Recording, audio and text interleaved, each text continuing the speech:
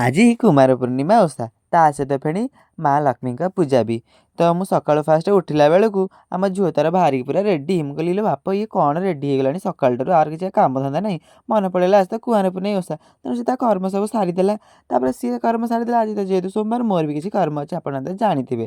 ମୁଁ ମନ୍ଦିର ଯାଏ ପ୍ରତିବର୍ଷ ନୁହେଁ ମ ପ୍ରତିବର୍ଷ 5 ବର୍ଷ ହେଲାଣି ତ ଯାଉଛି, ପ୍ରତିବର୍ଷ କ'ଣ। ତାପରେ ଆମେ ଭୋଳାଶଙ୍କରଙ୍କ ଦର୍ଶନ କରିଦେଲୁ ଆସିକି ଶିବ ମନ୍ଦିରରେ। ଶିବ ମନ୍ଦିର ଦର୍ଶନ କରିସାରିଲା ପରେ ହନୁମାନ ମନ୍ଦିର ପଳେଇଲୁ। ପ୍ରଭୁ ବଜରଙ୍ଗବାଲି ଦର୍ଶନ କରିସାରିଲା ପରେ ଶନିଦେବଙ୍କୁ ନମସ୍କାର ହେଇକି ଚନ୍ଦନ ଟିପା ମାରିକି ପଳେଇ ଆସିଲୁ ଆମ ଘରକୁ। କାରଣ ଯେହେତୁ ମୁଁ ଦୋକାନ ଯିବା ଟାଇମ୍ ହେଲାଣି, ଆଉ ସେତେ ଶୀଘ୍ର ଆସିକି ଲାଭ କ'ଣ?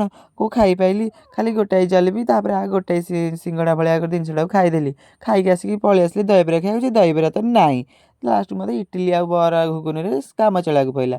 ତାପରେ ଖରାବେଳେ ମୁଁ ପଳେଇ ଆସିଲି ଫାଷ୍ଟ ସୁମିତା ସହିତ ଟିଭିଟା ସଜାଡ଼ିବା ପାଇଁ। ଟିଭିଟା ସଜାଡ଼ିବାକୁ ଆସିଛି, ଇଏ ଗୋଟେ ପିଲା ଖାଲି ବୁଲୁଛି, ମୁଁ ତା ପଛେ ପଛେ ଖାଲି କାମ କରୁଛି। ସେ ଗୋଟେ ପିଲା କାମ କରିବାର ହିଁ ନାହିଁ। ତାପରେ ଖରାବେଳେ ଆସିଲି ମା ସହିତ ମିଶି ଖାଇଦେଲି। ବାଲଚନ୍ଦ୍ର ତ ଆମର ଅଲମୋଷ୍ଟ କାମ ସରିଲାଣି ଲକ୍ଷ୍ମୀ ପୂଜା ପାଇଁ। ତାପରେ ଆମ ଧନ୍ୟକୁ ଆସି ଟିକେ ଦେଇଦେଲି, ତା ପାଇଁ ଘାସ ଆଣିଥିଲି। ଘାସ ଦେଇସାରିଲା ପରେ ଦୋକାନ ପଳେଇ ଆସିଲି। ଯେହେତୁ ରାତିରେ ଆଉ ମୁଁ କିଛି ଖାଇବି ନାହିଁ, ତାପରେ ମା ତାରିଣୀ ହନୁମାନଙ୍କୁ ଦର୍ଶନ କରିଦେଲି। ରହୁଛି।